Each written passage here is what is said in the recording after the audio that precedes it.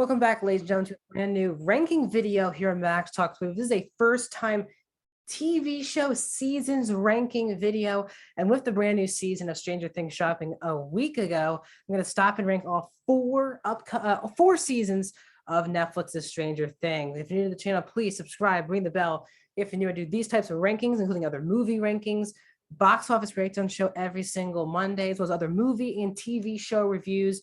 As well, I'm doing a Thor review tomorrow, so ring that bell to be notified. Comment down below. What is your ranking of the Stranger Things seasons? Why do you have particular seasons over others?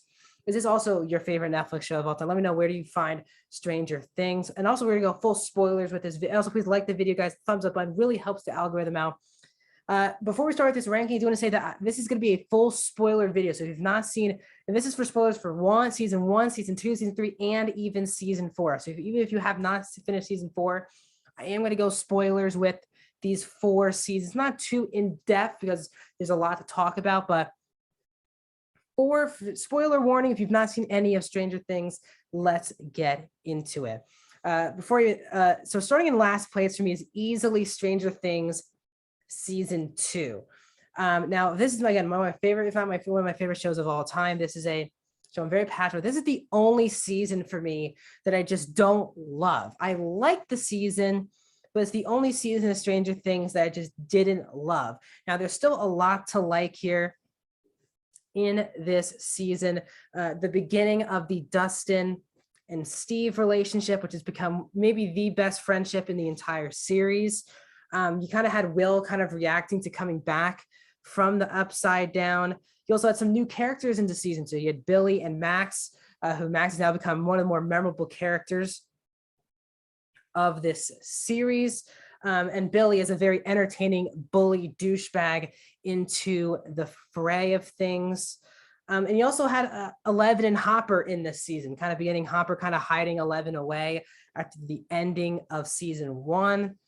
Which is another just really strong element. Also, new characters, Bob, played by Sean Astin, is a very heroic but really sad death in this season, as Joyce finally found someone after that divorce. And of course, he literally dies to the Demogorgon. We also get Paul Reiser as well into this season. So there's a lot of fun stuff going on in season 2 with, Mike trying to figure out where Eleven is. The big problem with this season is that you can really feel that the characters are split away, and they do a lot of separate groups. And I think the biggest issue is that Eleven is not with the main group of kids this season. And everything this is definitely my least favorite Eleven stuff in the entire show. They give her own episode, the Lost Chapter 7, which I do believe is by far and away the worst episode of the entire series, an episode that they have been trying to forget about since putting that in. While her reuniting with Mike and all of that in the last 2 episodes is really satisfying, the episode before just feels like the only, I think, boring episode that the series has ever done. And there just aren't as memorable action set pieces here as compared to the other 3 seasons. So I like the season, but the L stuff just did not work for me this season. And it just didn't feel as special as the other 3 seasons of the show. Now, this one is just really close for me. The 1, 2, 3. These 3 seasons for me are just piled really near perfect seasons.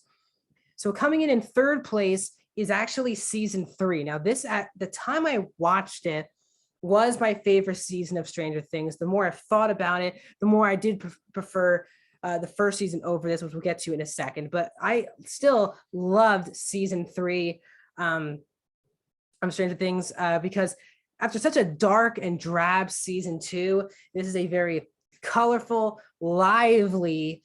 Again, this season came out on the 4th of July, so it had a lot of that feel into this season. We also had, again, a lot of new characters. Carrie Elways playing the mayor was into the season. Then you had Maya Hawke's Robin integrated into this season.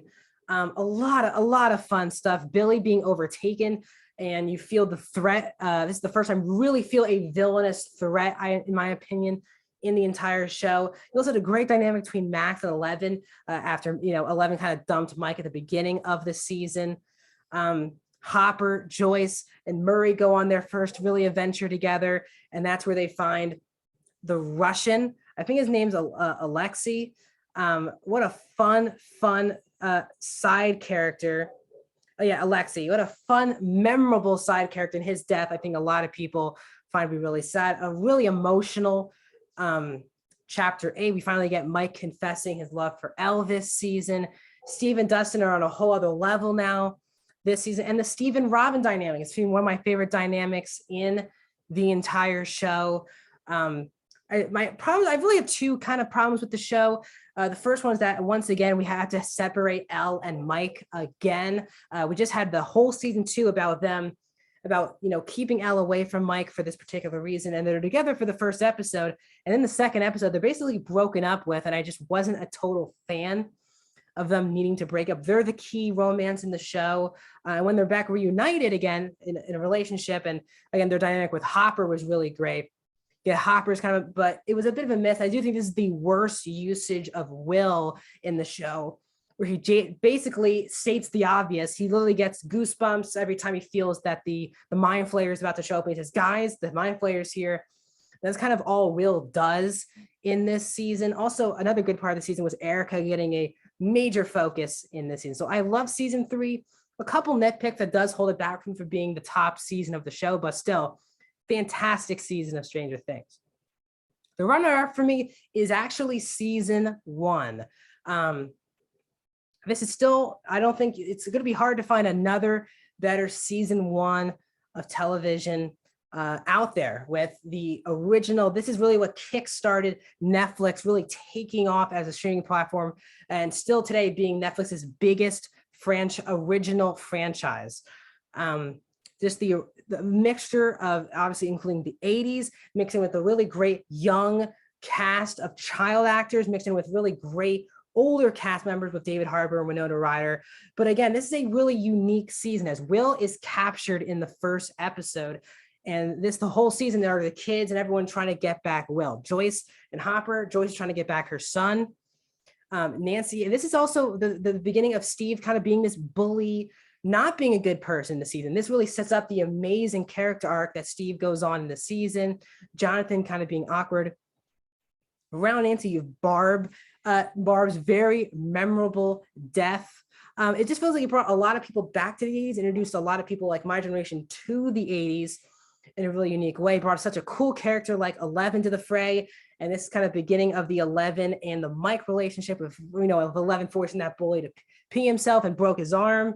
Was a really cool, the Eggos. There's all these memorable, iconic things. And most of the iconic things that a lot of people attribute to Stranger Things is in this season. The lights, how Joyce can kind of communicate with Will in the Upside Down. So awesome. And then we end with the mysterious Elle kind of going into the Upside Down, Steve kind of stepping up towards the end of the season.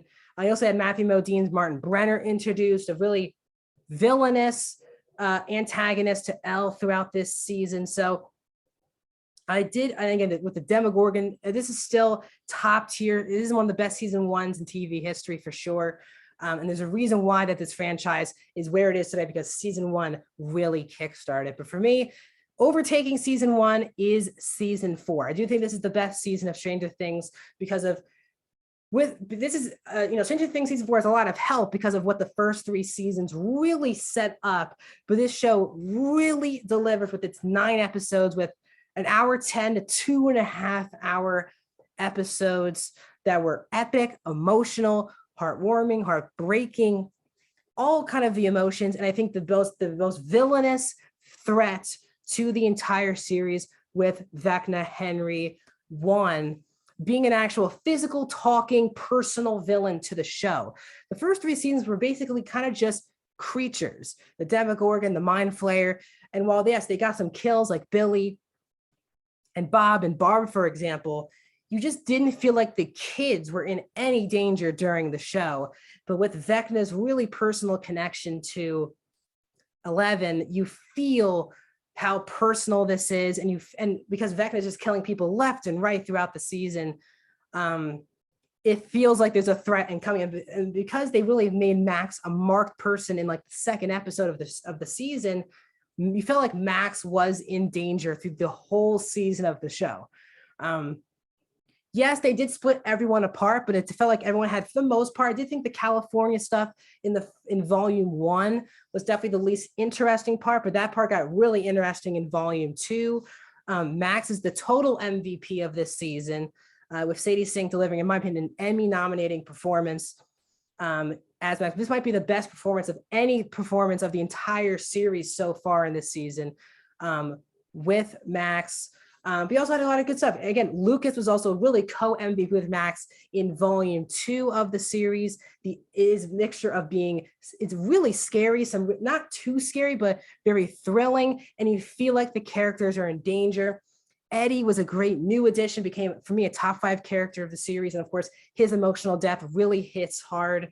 Just a lot of great, you had Dustin and Steve, but also now you had Dustin and Eddie, and he kept on all of these romantic relationships. You finally got Joyce and Hopper together in this season, and just a lot of emotionally satisfying moments towards the end of the series, with Hopper reuniting with Eleven, everyone kind of reuniting with each other back in Hawkins. Is now the Upside Down has taken over Hawkins, which is setting up for a pretty amazing finish to one of the best TV shows, in my opinion, of all time. So Stranger Things season 4, it's epic, it's violent, more than usual, it's scary, it's heartbreaking, it's funny, and you just care about every single character. I think a lot of shows strive to have this much great writing, mixing with great characters and mixing with very likable actors playing these characters. As this show continues to get even better, you can tell $30 million budget was in for each episode. So for me, it's Stranger Things season 4 topping this list. So that is my list of the Stranger Things seasons in order from worst to best. One more time before we close out, a little summary before we close out this video. In 4th place was Stranger Things 2. In number 3 was Stranger Things season 3. Number 2 was Stranger Things season 1. And for me, in 1st place is Stranger Things season 4. That's my ranking video on the Stranger Things franchise. Like the video, subscribe, comment. More videos, including a review of Thor: Love and Thunder tomorrow, box office breakdown show on Monday. Yesterday I did a spoiler breakdown today I did a breakdown of Ms. Marvel episode 5. So please join the channel. Let's get to 120 subscribers. I'll see you guys soon.